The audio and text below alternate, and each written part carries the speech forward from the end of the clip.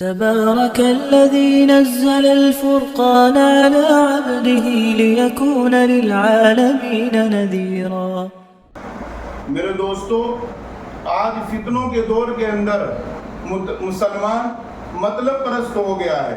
جہاں اس سے پیسے کسی سے لینا ہو یا ملکیت لینی ہو تو وہاں رشتے گنوائے گا، اپنی ضرورت کی چیزیں جہاں حاصل کرنی ہو اور جس سے لینا ہو وہاں رشتے اور دوستی اور تعلقات گنوائے گا، اور جہاں کچھ دینے کی بات آتی ہے تو فوراً کیا ہے وہ پھر جاتا ہے کہ آج مسلمان لینے کے لیے تیار ہے ہر طرف سے، لیکن جہاں حق دینے کی بات آتی ہے وہاں حق دینے سے کیا ہے پیچھے بھاگتا ہے اور اپنی جان چھڑاتا ہے۔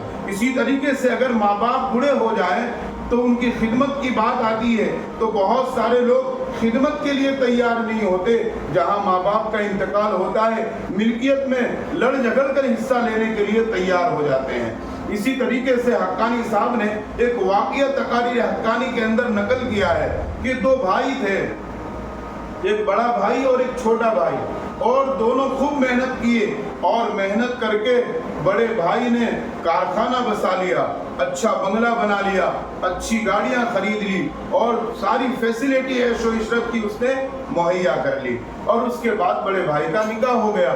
اور نکاح ہونے کے بعد ابھی چھوٹے بھائی کا نکاح باقی ہے، بڑے بھائی کا نکاح ہو گیا، اور کچھ عرصہ گزرنے کے بعد جو ہے بڑے والے بھائی کا انتقال ہو جاتا ہے۔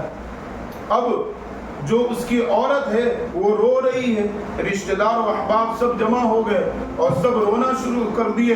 اب سب روتے جا رہے ہیں اور اس کا چھوٹا بھائی یہاں موجود تھا، وہ دیکھ رہا ہے کہ میری بھابھی بھی رو رہی ہے کیونکہ اس کے شوہر کا انتقال ہوا تھا جو اس کا بھائی ہے۔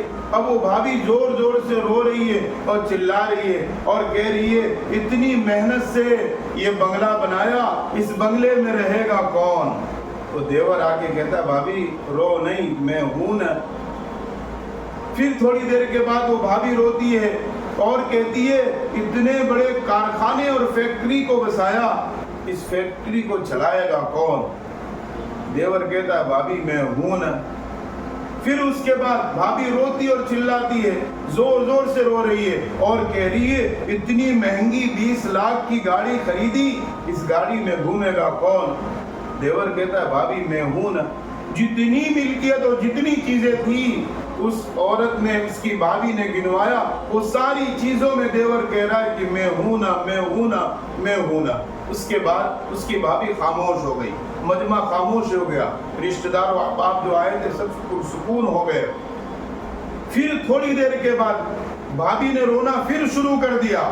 اب وہ روتے روتے بھابھی کہہ رہی ہے کہ میرا شوہر مر گیا، انتقال ہو گیا، وہ دنیا سے چلا گیا، 25 لاکھ روپے کا قرضہ کر دیا، اس کو پورا کرے گا کون؟ اب یہاں دیور کی بولتی بند ہو گئی۔ جہاں لینے کی بات تھی وہاں سارا کہہ رہا تھا میں ہوں نا، میں ہوں نا، ہر بات میں بھابھی کو کہا میں ہوں نا، میں ہوں نا، کیونکہ لینے کی بات تھی، اس کے مطلب کی بات تھی۔ اب جب اس بھابھی نے کہا 25 لاکھ کا قرضہ چھوڑ گیا، اسے پورا کرے گا کون؟ دیور کی بولتی بند ہو گئی کیونکہ اب دینے کی بات آ گئی۔ اب دیکھ رہا ہے کہ اتنے سارے رشتہ دار موجود ہیں، سب ایک دوسرے کو دیکھ رہے، تو اس بھابھی کا دیور کہتا ہے رشتہ داروں کو ارے تمہیں شرم نہیں آتی؟ میں نے میری بھابھی کی اتنی ساری ذمہ داریاں لے لی، تم اتنے سارے رشتہ دار مل کر ایک ذمہ داری تو لے لو۔ تو آج کا مسلمان مطلب پرست ہو گیا ہے، جہاں اسے فائدہ ہے لینے کی بات آتی ہے وہ لینے کے لیے تیار ہوتا ہے، جہاں دینے کی بات آتی ہے وہاں اپنی جان چھڑا کر کے بھاگتا ہے۔